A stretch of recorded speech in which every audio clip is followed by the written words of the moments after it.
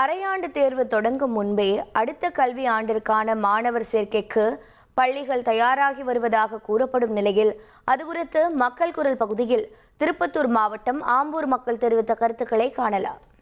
இது கல்வியினுடைய வியாபார வித்தி தான். இது பொதுமக்களை இன்னும் அரையாண்டே முடிக்கல, முழாண்டும் முடிக்கல. எதுக்கு அட்மிஷன் போகிறாங்க? இது வியாபாரமா இல்லை கல்வி நிர்வாகமா? நம்ம அந்த படிக்கிற நேரத்தில் இதை கொண்டு வரவே கூடாது.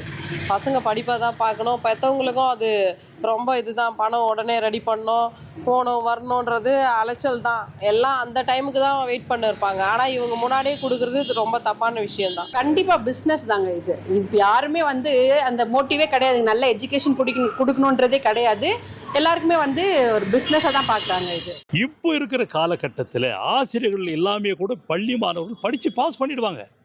அந்த அளவுக்கு இன்றைக்கி சோஷியல் மீடியாவில் ஒவ்வொருத்தரோட அந்த ஆண்ட்ராய்டு ஃபோன் அது மாதிரி அதிலே எல்லாம் போயிடறாங்க. எல்லாமே இருக்குங்க. இன்றைக்கி பெரிய பெரிய கல்லூரியெல்லாம் கூட இன்றைக்கி ஆசிரியர்களெல்லாம் கிடையாதுங்க. மாணவர்கள் அவர்களாக தானாக வராங்க.